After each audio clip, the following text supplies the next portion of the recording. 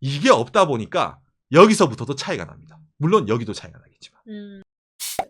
구독과 좋아요, 알람 설정 감사합니다. 일본 기업의 신입 채용, 그 다음에 중도 채용, 종신 고용 등 전반적으로 한국이랑 좀 차이점을 알려드리려고 들고 왔습니다. 일본 기업에 있어서 전 세계적으로 일본이라는 나라가 특이한 게 하나 있습니다. 이거를 혹자는 이렇기 때문에 일본 경제가 추락한다. 혹은 아니다. 일본이 이런 고용제도가 있기 때문에 앞으로의 산업에서 일본 기업이 더 나을 것이다 라고 말하는 사람도 있습니다. 일단 이 신입 채용에 있어서 상당히 특징적인데 신졸자 채용이 현재까지 일본 사회에서 아주 대표적인 특이한 전형입니다. 대학생 얘기네요? 그렇죠. 이게 뭐냐면은 졸업을 한 정말 핫한 친구들을 대상으로 하는 채용이 아주 중요한 첫 채용입니다. 이것도 이제 최근에는 일본도 많이 유연화가 돼가지고 졸업하고 나서 3년 이내까지는 너는 방금 대학교를 졸업한 친구처럼 받아줄게 라는 기업이 있는데 일반적으로는 바로 그 대학을 졸업한 그때 취업을 하지 않으면은 아주 사회 진출이 힘들어지는 구조를 갖고 있습니다. 극단적으로 말하면은 학교 재학 중에 취업을 못하면은 그 사람이 사회에 나가잖아요. 그러면은 취업이 안 돼요. 진짜 말하면. 맞아요. 취업이 안 됩니다. 문이 막힙니다. 왜? 뽑질 않거든요. 전형이 없단 말이에요. 전형이. 그래서 들어갈 수가 없단 말이에요. 중도 채용은 다른 회사에서 몇 년 동안 그 일 한 사람이 뽑아는 거니까. 그렇죠. 중도 채용은 경력직이다 보니까 경력을 쌓아야 되는데 경력을 쌓으려면 신입으로 들어가야 되잖아. 그죠? 신입으로 들어가려면 일반적으로 신졸자로 들어가야 되기 때문에 그 타이밍을 놓쳐버리면은 상당히 힘들어집니다. 그렇게 이거 말만 들으면은 와 그러면은 대학교 때 이거 어느 정도 내정을 받든 해야 된단 말이야. 취업에 딱 결정을 내야 된단 말이야. 일본은 남자들이 군대를 안 가고 여자도 군대를 안 가니까 우리나라 나이로 24살쯤에 이미 결판이 난단 말이에요. 그러니까 엄청나게 경쟁이 치열할 수도 있겠다라는 생각이 들잖아요. 이것도 이제 일본인들한테 이런 얘기 할 때는 경쟁이 치열하다라고 얘기를 해줘야 됩니다. 일본인들한테 얘기할 때는. 근데 우리 방송을 보는 사람들은 한국 사람들이잖아요. 그러면 당연하게 한국과 비교를 해서 이 얘기를 해야 되잖아요. 한국과 비교를 하면은 그렇죠. 누워서 떡 먹기입니다. 한국과 비교를 하면은 일본의 취업 시장 같은 경우에는 상당히 쉬운 편입니다. 왜 이렇게 박간의 오상이 아니 뭐 당신 말이야 뭘 믿고 그런 식으로 단어를 하는 거야 라고 느끼잖아요. 저 또한 일본에서 이제 그 신입 사원부터 해가지고 이제 중도 사원도 해봤고 여러 가지 이제 커리어를 쌓아본 사람으로서 당연히 얘기하는데 왜 쉬울 수밖에 없냐면은 정말 간단하게 이 하나로 정리가 됩니다. 스펙이요. 우리나라 대학생들 뭐 남학생 기준으로 하면 군대 갔다가 복학을 해가지고 토익 공부, 스펙 학점 관리, 그다음에 자격증, 연수 정신이 없잖아요.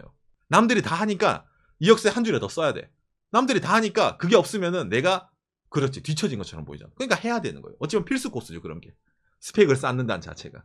근데 일본에서는 이런 스펙이라는 개념이 지금까지는 잘 없었어요. 최근에 들어서 스펙을 쌓으면은 일본에서도 조금 유리하게 어느 기업은 작동을 하네? 어느 기업에서는 이런 것도 본다네라는 기업이 있긴 있는데 일반적으로는 지금까지 스펙이란 거는 거의 관계가 없습니다. 왜 이런 스펙을 일본 기업은 중요시 여기지 않았을까? 일반적으로 지금까지 일본 기업이란 곳은 대학생들은 사람이 아니에요. 그러니까 인간의 형태를 하고 있는 그냥 생물체일 뿐이에요. 딩딩이. 그런 느낌이죠. 그런 인간들을 거두어서 기업이라는 곳이 거두어서 몇 년간 돈을 투자를 하고 연수를 하고 교육을 시켜서 사람을 만드는 거예요. 그게 일본식입니다. 그러다 보니까 기대를 하지 않아요. 맞아. 그래서 이걸 혹칭 포텐셜 채용이라는 표현을 씁니다. 이 친구를 뽑을 때 이 친구가 장래에 어느 정도까지 성장이 가능하겠다. 혹은 우리 기업의 컬러랑 맞겠다. 혹은 이 친구가 들어왔을 때 우리 기업의 이 조화를 깨뜨리지 않겠다. 기업마다 일본은 그 사풍이 상당히 독특하기 때문에 컬러가 있습니다.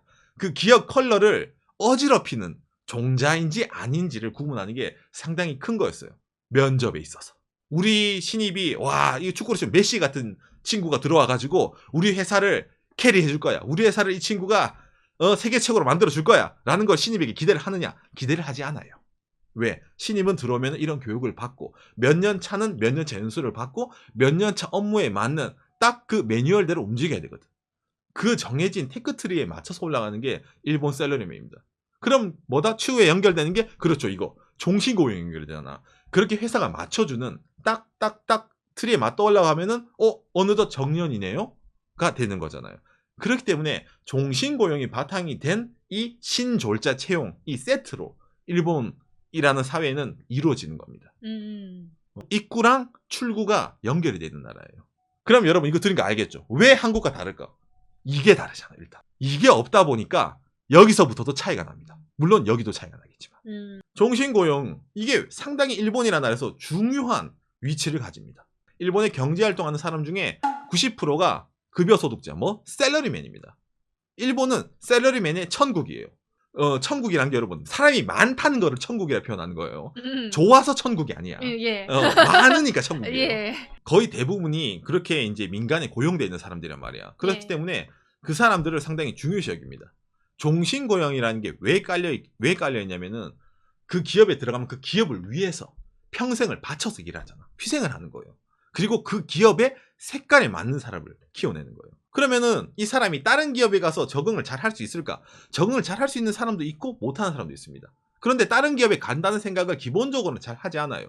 왜? 지금까지 본인이 쌓아온 인맥, 회사 내에서 본인의 입지를 다 포기하고 0부터 도전을 해야 되잖아. 중도로 가면 경력직 채용은. 이런 얘기를 들으면 아니 그럼 모든 기업이 다 종신고용인가요? 라고 묻잖아요. 그렇지는 않습니다. 일본이라는 나라가 종신고용이 있는 기업은 기본적으로 좀 오래된 기업들이 많이 있습니다. 예. 그러니까 이건 중소기업, 대기업을 막론하고 일본에서 좀 오래된 기업은 종신고용을 유지하는데 벤처 혹은 IT 관련해서 좀 최근 기업 같은 경우에서는 종신고용은 유지하지 않습니다. 그 친구들은. 왜냐면은 그런 업계 쪽에서는 특히 종신고용이 낡은 습관이다. 그걸 해서 우리는 고용의 유동성을 원한다. 이지컴 이지고가 좋다. 서양식이다. 과거에 나쁜 거를 청산한다는 의미로서 종신고용을 도입 안 하는 기업도 최근에는 많이 있는데 기존에 이미 틀이 갖춰진 인사제도가 갖춰진 기업들 같은 경우에는 종신고용으로 밀고 나갑니다. 이걸 대표적으로 알 수 있는 기업이 어디 있습니까? 최근에 런한 그 사람 카를로스 곤이 있던 닛산은 종신고용입니다. 그런 닛산의 종신고용에서 4만 명의 목을 쳐버린 불란서산 기요틴 카를로스 곤이 일본인한테 일본한테 미움을 받잖아요. 바로 그런 이유예요. 종신고용이라서 회사에 뼈를 묻고 있었는데 그걸 쳐버렸잖아. 그러니까 배신감이 더 큰 거예요. 일반적으로 자르는 것보다. 그렇다 보니까 이 종신고용이라는 게 얼마나 일본인들한테 상당히 그 의미하는 바가 큰가. 다른 예로 들면은 짱구 아빠 있잖아요. 짱구 아빠가 있는 회사, 일본 후타바 상사라는 회사인데 예. 그 회사도 종신고용이에요. 왜? 짱구 아빠가 은행에 융자를 35년간 받고 집을 지었거든요. 그게 종신고용이 되는 기업이기 때문에 은행에서 그걸 보고 융자를 내주는 거예요, 일반적으로는. 그러면 급여가 좀 낮더라도, 이 회사는 이 사람이 정년 퇴임할 때까지 고용을 하겠네. 회사에 붙어 있으면은 평생도로 어느 정도 돈을 벌겠네? 그러면 이 정도 론은 갚을 수 있겠네? 그러니까 론 심사가 바로 오케이가 떨어지는 거예요. 일본의 긴 은행 론, 30년 넘는 론 자체 또한 종신고용과 밀접하게 관련이 있습니다. 맞아요. 그러니까 고용과 사회제도가 관계가 있는 거잖아. 예. 그죠? 이 일본 기업의 채용부터 해가지고 고용 전체를 보면은 사회적 구조를 이해하기 좀 쉽습니다. 예. 이 종신고용이 은행 돈 빌리는 거랑 관련이 있다 했잖아요. 집 짓는 거랑. 그리고 또 하나 관련이 있는데 이게 항상 아마 우리나라에서 많이 유명할 겁니다. 일본은 대기업 들어가더라도 신입 때 월급이 쥐콩만 하다. 일본 돈 얼마 못 받는다. 처음에. 왜? 종신고용이라서요. 왜? 신입은 사람으로 안 보니까요. 기대를 하지 않으니까 일반적으로. 그렇기 때문에 그런 기업 자체는 월급이 상당히 낮습니다. 종신고용도 일본에서 일하는데 종신고용도 아닌데 신입인데 월급이 적어요. 그건 블랙기업이라 그래요. 근데 일반적으로는 일본에서는 고용이 보장되는 인사체제를 갖고 있기 때문에 신입 때 상당히 월급이 적습니다. 그래서 여러분들한테 제가 몇 개 보여드릴게요. 그럼 대표적으로 있잖아. 토요타. 대학교 나오면 있잖아. 한 달 월급 이거예요. 토요타도. 20만 8천 엔이야. 우리나라 돈으로 한 달 월급이 210만 원 정도예요. 기본급이. 여기서 초과 근무 수당 넣고 하면은 좀 올라가겠지만 일반적인 기본급은 신입은 우리나라 돈 210만 원, 석사 나오면은 230만 원. 이 토요타예요. 이게 왜 이렇게 낮을까? 사람이 아니라서 그래요, 처음에는. 이게 낮아요? 이 정도예요, 일본은. 일본을 대표하는 일본의 시가총액이 제일 높은 토요타가 이 모양이고 여러분들이 아는 이츠, 소니 대절 초임 25만 엔, 그러니까 250만 원. 어머나. 토요타보다 많이 주네. 그러면은 전체적으로 토요타보다 많이 받나? 그건 비싸다. 아니죠. 예.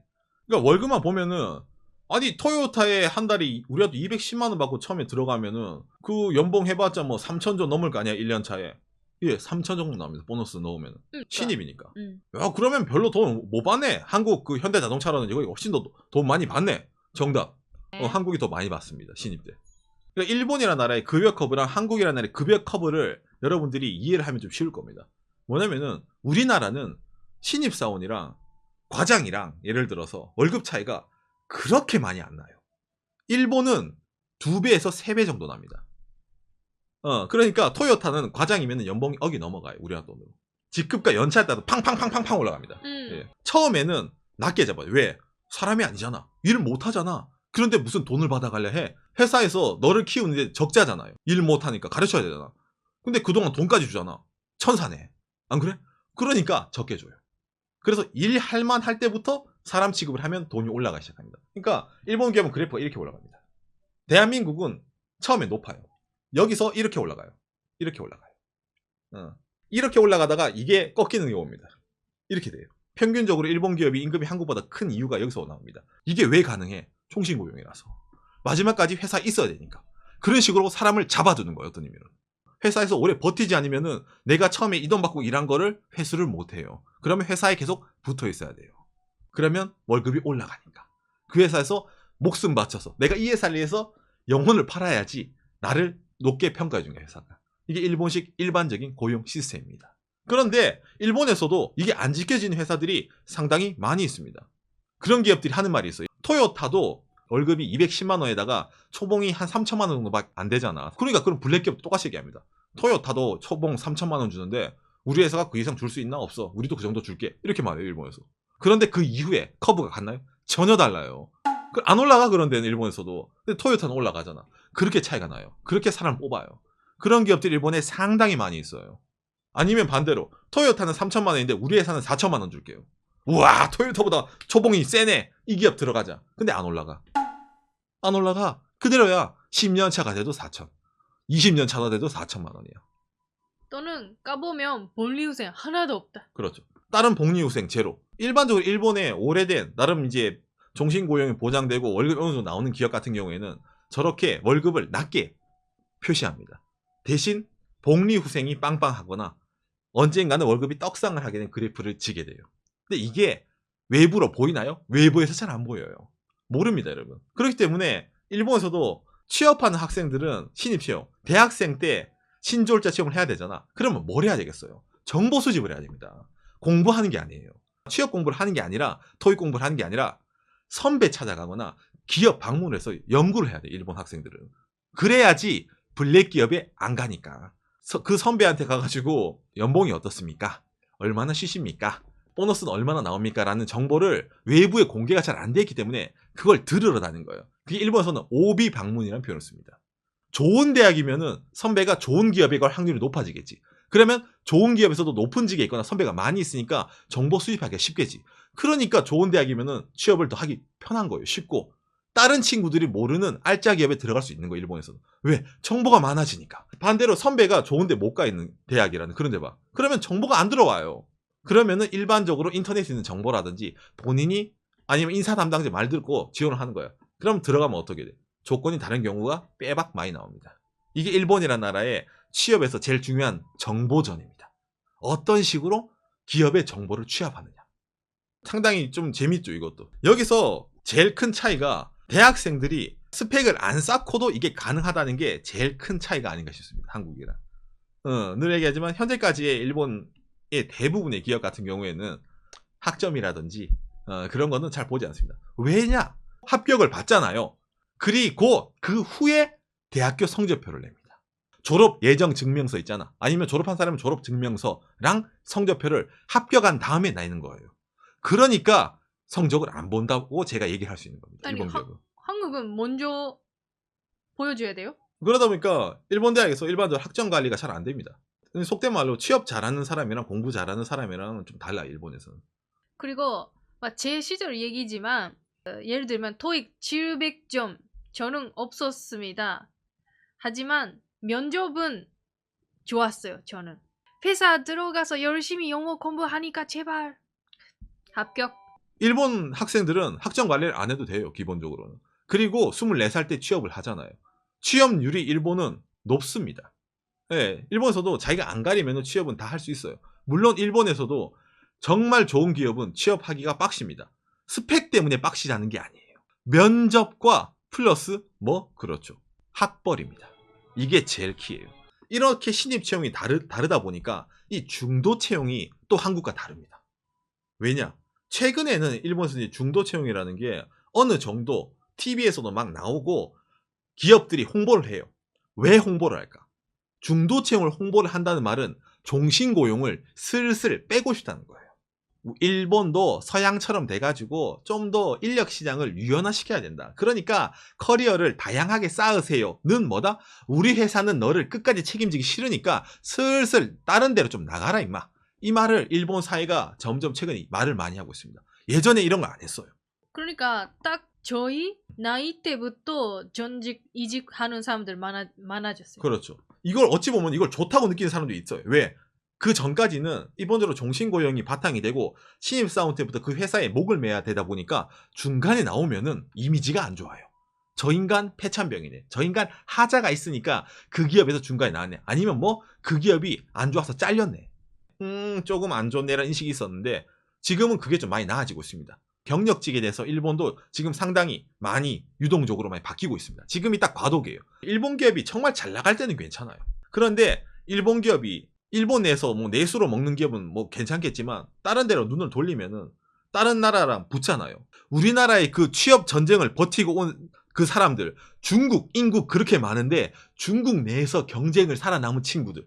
아니 다른 나라 사람들이랑 붙어야 되는데 일본 가라! 일본의 신입사원. 이길 수 있어? 못 이겨요. 그래 기업이 보기에 뭐지? 그러면 어떻게 돼? 회사 내에서도 야 이거 안 되겠네. 글로벌 경쟁을 이기려면은 우리도 좀 뭔가 다르게 해야 되겠네.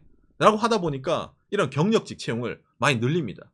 자, 그래가지고 이게 이제 현대 중도 채용 상황이고 그래서 이제 아까 말한 이제 오늘 최종의 종신고용. 기본적으로 이런 종신고용을 사람들이 좋아하는 사람이 있고 싫어하는 사람이 있습니다. 사람마다 관념이 전혀 다릅니다. 이거는 일본에서도 종신고용 때문에 일본 기업, 일본 경제 떠락했다라고 하는 의견 많이 있어요. 맞아요.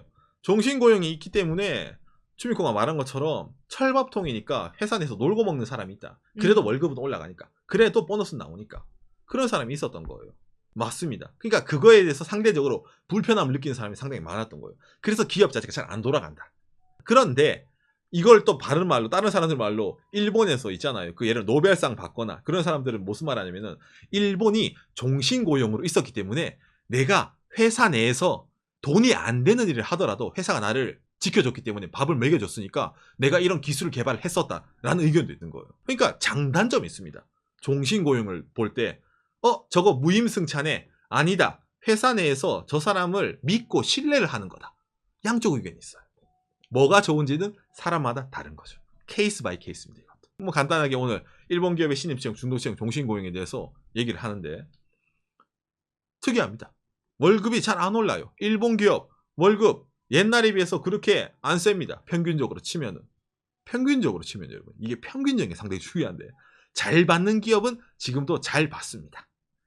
돈 많이 주는 기업은 20대 때 그렇죠. 20대 때 연봉 1억 쉽게 넘기기도 합니다. 그런 기업도 있어요. 근데 안 주는 기업은 50세가 될 때까지 일을 하더라도 연봉 3천만 원 주는 회사도 일본에 있습니다. 많이 있죠. 많이 있어요. 가지각색이에요. 이게 바로 노동시장이라는 겁니다. 그래서 정확하게 일본은 이렇다라고 말을 못 드려요. 하지만 적어도 종신고용과 이 신입채용의 개념과 경력직을 채용하는 일본이라는 나라의 시선은 정확하게 설명이 가능하죠. 아까 말한 것처럼. 처음에 대학 나온 친구들을 우대를 한다. 왜? 이 친구를 사람 만들어야 된다. 왜? 우리 회사 계속 밥을 먹여 살릴 거니까. 그래서 종신고용이라는 게 생겼고 하지만 최근에 들어서 종신고용은 하기 싫어요. 왜? 국제적으로 그게 안 좋으니까. 다른 나라랑 경쟁을 해야 되니까 고정비를 줄여야죠. 그러니까 중도채용, 경력직 채용에 사람들 시장에 많이 나가세요. 하지만 신입 채용에 있어서는 아직까지도 그렇죠. 신졸자를 우대하고 월급을 낮게 주는 풍토는 일본이 아직까지도 유지가 되고 있다라는 점입니다. 그렇기 때문에 이런 거를 차츰차츰 바꿔나가는 지금 과도기예요. 예. 맞아요. 경력직도 과도기, 이런 인본 인사제도도 과도기인데 아직까지는 종신고용과 이 신졸자 채용에 있어서 예전의 풍토가 이어지고 있다는 게 현재의 현실이라는 걸 여러분한테 알려드리는 겁니다. 한국에 비하면은 일본이라는 나라가 취업하기가 쉽습니다. 취업하기는 쉽습니다. 좋은 기업, 정말 누구나 들어가고 싶어하는 기업에 들어가는 거는요, 한국이랑 비슷할 겁니다. 경쟁률은요. 대신 뭐다 준비해야 될 게 전혀 다르다는 거죠. 예. 일본에 있어서는 아직까지도 면접이 중요하다. 학벌이 중요하다. 그리고 인상. 웃음을 줄 수 있는 인상. 뭐 모두가 다 편안해 하는 인상. 그리고 성격 좋아 보이는 거. 상당히 중요하죠. 업계에 따라서는 술 잘 마시는 것도 중요하겠죠. 그래서 다직 학생이라는 거를 좀 간략하게 정리를 해봤습니다. 일본은 뭐 가면은 100% 취업이라 일본이 정말 최고라던데요. 일본은 뭐 어떻다던데요.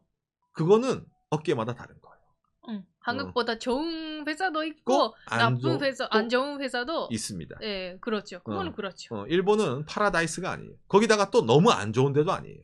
극단적으로 생각하는 거는 안 좋다고 봅니다. 그 물입니다.